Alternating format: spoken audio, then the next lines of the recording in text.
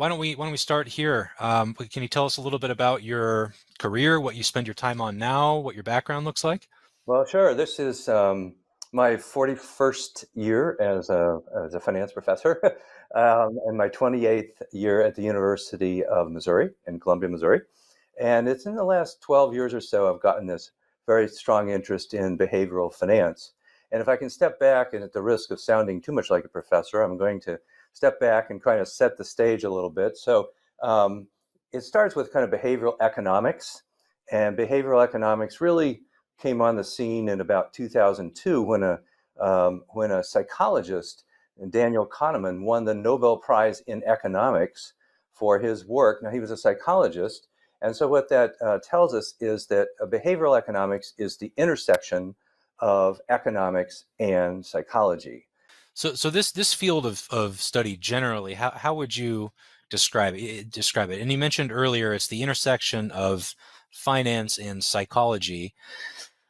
We're as human beings, we're riddled with emotions and psychological issues, and we view the world through a window that's based on our prior experience, and that impacts every decision that we make, absolutely one that's as emotionally charged as a big financial decision.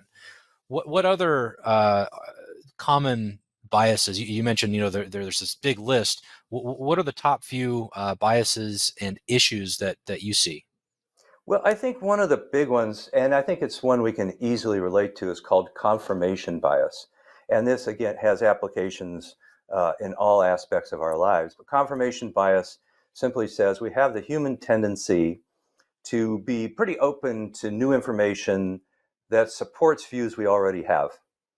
And we tend to shun news or information that runs contrary to some worldview or some belief that we have. And of course, this gets in the way of us having essentially a realistic view of the way the world works. And I don't think I certainly don't want to go into politics and, related issues like vaccines and so forth. But we see this in that arena quite a bit.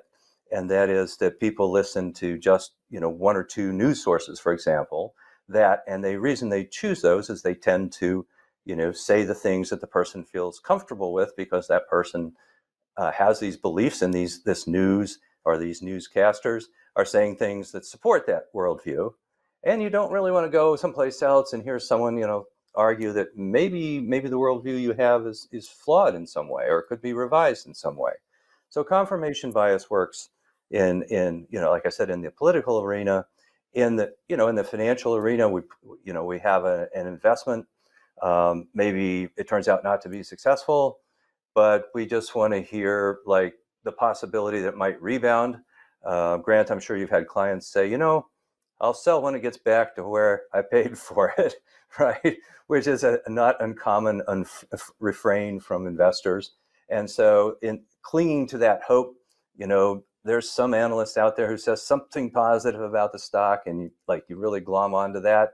And other analysts are saying, it's not going to recover. It's in, it's BlackBerry, right? Which just recently closed its doors, basically.